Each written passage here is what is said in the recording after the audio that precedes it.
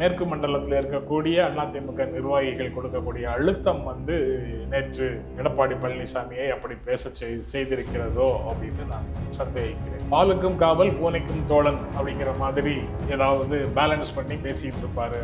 அதிமுகவை சார்ந்தவர்கள் இதே கருத்தை ஏற்றுக்கொள்வார்களா அப்படிங்கிறது பெரிய சந்தேகமாக இருக்கு. அதுல ஒரு ஒருமித்த கருத்தை கட்சிக்குள்ள உருவாக்காமல் பாஜகவோட கூட்டணி என்று அவர்கள் என்றைக்கு அறிவித்தாலும் அது அதிமுகவுக்குள்ள ஒரு பெரிய கலகத்தை உருவாக்கும்.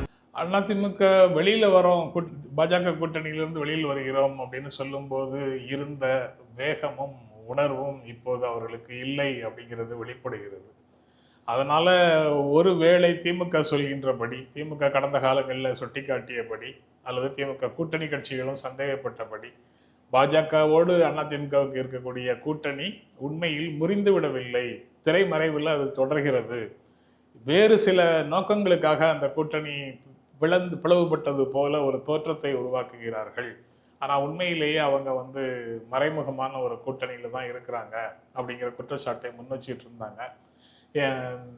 ஏன்னா அந்த மெயின் அஜெண்டா திமுக கூட்டணியிலிருந்து சில கட்சிகளை வெளியில் இழுக்கணும், அதுக்கு ஒரு செக்யூலர் மதச்சார்பற்ற கட்சியாக மதவாத அரசியலை முன்னெடுக்கின்ற பாஜகவிடமிருந்து விலகி வந்த கட்சியாக அதிமுக இருந்தால் தான் பழைய காலங்களில் இருந்த மாதிரி திமுக அல்லது அதிமுக இரண்டு கட்சிகளில் ஏதேனும் ஒரு கட்சியோட கூட்டணிக்கு போகும் நிலையை இந்திய கம்யூனிஸ்ட் கட்சி, மார்க்சிஸ்ட் கம்யூனிஸ்ட் கட்சி, விடுதலை சிறுத்தைகள், காங்கிரஸ் போன்ற மதச்சார்பற்ற கட்சிகள் எடுக்கும் அப்படிங்கிற ஒரு எதிர்பார்ப்பில் அந்த கூட்டணியிலிருந்து வெளியில வந்தது போல ஒரு தோற்றத்தை உருவாக்கினார்கள்னு தான் இப்போ நினைக்க வேண்டியது இருக்கு, இப்போ பேசுகின்ற பேச்சை பார்க்கும்போது.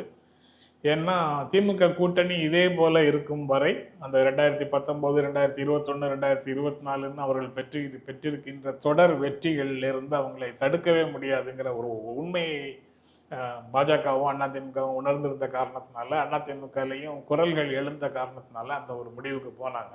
இப்படி போன உடனேயே மதச்சார்பற்ற கட்சின்னு அதிமுக அங்கீகரிச்சுட்டு திமுக கூட்டணி கட்சிகளோ அல்லது சிறுபான்மையினரோ தங்களுக்கு வாக்களித்து விடுவார்கள் என்ற ஒரு நம்பிக்கையில போயிருக்கலாம். ஆனா அது 2024 மக்களவைத் தேர்தலில் அது நடக்கலை. அதனால திரும்பவும் அதை நம்பி தொடர்ந்து நம்பிக்கையை பெறுவதற்கு, சிறுபான்மையினரின் நம்பிக்கையை பெறுவதற்கு, திமுக கூட்டணி கட்சிகளின் நம்பிக்கையை பெறுவதற்கு தொடர்ந்து தனித்து போராடுவதா, அல்லது இந்த உடனடியாக 2026 ஒரு கடுமையான போட்டியை திமுகவுக்கு கொடுப்பதற்காக அனைத்து கட்சிகளோடும், வாய்ப்பு இருக்கக்கூடிய அனைத்து கட்சிகளோடும் கூட்டணிக்கு போவதான்னு ஊசலாடி கொண்டிருந்த அதிமுகவுக்கு உள்கட்சியிலிருந்து மேற்கு மண்டலத்தில் இருக்கக்கூடிய அதிமுக நிர்வாகிகள் கொடுக்கக்கூடிய அழுத்தம் நேற்று எடப்பாடி பழனிசாமியை அப்படி பேச செய்திருக்கிறதோ அப்படின்னு நான் சந்தேகிக்கிறேன்.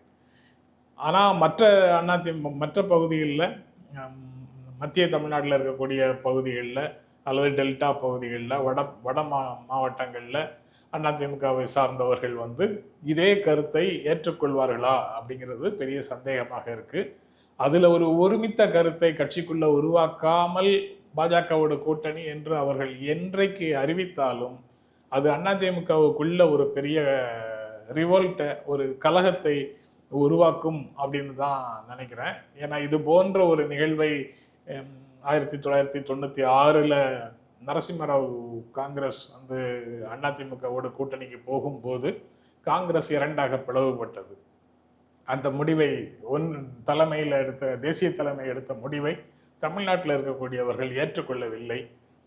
அப்படி ஒரு சூழல் தான் பாஜகவோட கூட்டணி என்று அதிமுக முடிவெடுத்தாலும் வருவதற்கு வாய்ப்பு இருக்கிறது.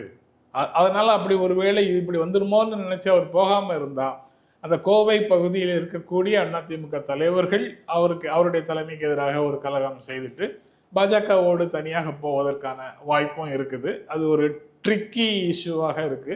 எடப்பாடி பழனிசாமி அதை எப்படி கையாளுகிறார் என்பதை நம்ம பொறுத்திருந்து தான் பார்க்கணும். அது வரைக்கும் அவர் பூனைக்கும் காவல், பாலுக்கும் காவல் பூனைக்கும் தோழன் அப்படிங்கிற மாதிரி அவர் ஏதாவது பேலன்ஸ் பண்ணி பேசிட்டு இருப்பாரு அப்படிங்கிற மாதிரி தான் தோன்றுகிறது.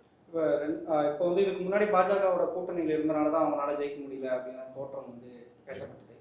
இப்போ மறுபடியும் கூட்டணிக்குள்ள போயிட்டா அவர் ஜெயிச்சிருவாங்க, இல்லை முன்னிலையில் வந்துடுவாங்க, ஆட்சியை பிடிச்சிருவாங்க அப்படின்னு நினைக்கிறீங்களா, இல்லை மறுபடியும் பின்னாடி சந்திப்பாங்கன்னு நினைக்கிறீங்க? அதாவது பாஜகவோட கூட்டணிக்கு போனாலும் தோல்விதான் உறுதி. ஏன்னா உறுதியாக பல்கா பாஜகவுக்கு எதிரான வாக்குகள் வந்து திமுக கூட்டணிக்கு போய் சேர்ந்துரும். அது போக இன்றைய காலகட்டத்தில் ஒன்றிய அரசுக்கு எதிராக பாஜகவுக்கு எதிராக தமிழ்நாட்டுக்குள்ள தீவிரமான ஒரு உணர்வு மேலோங்கி இருக்கக்கூடிய நேரத்தில் அவர் வந்து பாஜகவோட கூட்டணிக்கு போகிறேன் அப்படின்னு சொல்வது வந்து திமுக கூட்டணியை எதிர்க்கின்ற இன்னொரு கட்சியான விஜயோட கட்சிக்கு தான் கிரெடிபிலிட்டியை கொடுக்கும், நம்பகத்தன்மையை கொடுக்கும். அவங்க சொன்னபடி பாஜகவை எதிர்த்து நிற்கிறார்கள். இன்றைக்கு திமுக கூட்டணியை முறியடிக்கக்கூடிய வலிமை இருக்குதோ இல்லையோ, ஆனால் கொள்கையின்படி நிற்கிறார்கள்னு அதிமுக பிஜேபியோட போச்சுன்னா விஜய்க்கு தான் அட்வான்டேஜ் ஆகும் அப்படின்னு நினைக்கிறேன். அப்படி விஜயையும் பின்னால கையை முறுக்கி கொண்டு வந்து இந்த கூட்டணிக்குள்ள சேர்க்க முடியுமா அப்படிங்கிறது தெரியல. அப்படி சேர்க்கிறத விட விஜயை தனியாக நிற்க வச்சு வாக்குகளை திமுகவுக்கு வரக்கூடிய வாக்குகளை பிரிக்கிறதுக்கு முயற்சி செய்கிறாங்களாங்கிறதும் அந்த திட்டத்தின் ஒரு பகுதியாங்கிறதும் இன்னும் தெளிவாக தெரியல. ஆக எது வேண்டுமானாலும் நடக்கலாம். ஆனால் திமுகவுக்கு எதிராக ஒரே அணியாக எல்லாரும் சேர்ந்து வந்தாலும் போட்டி கடுமையாக இருக்கும் என்று வேண்டுமானால் நினைக்கலாமே தவிர திமுகவை எளிதில் தோற்கடித்து விடலாம் அப்படின்னு சில மூத்த பத்திரிகையாளர்களும் அரசியல் விமர்சகர்களும் பேசிட்டு இருப்பது போல நடைமுறையில் சாத்தியம் இல்லை. ஏன்னா இந்த அரசு மக்களுக்கு செய்திருக்கின்ற நலத்திட்டங்கள் மக்கள் மனதில் இரண்டரை கலந்து இருக்குது. அது அவ்வளவு எளிதாக இந்த கூட்டணியை கைவிடாது அப்படின்னு நான் நம்புறேன்.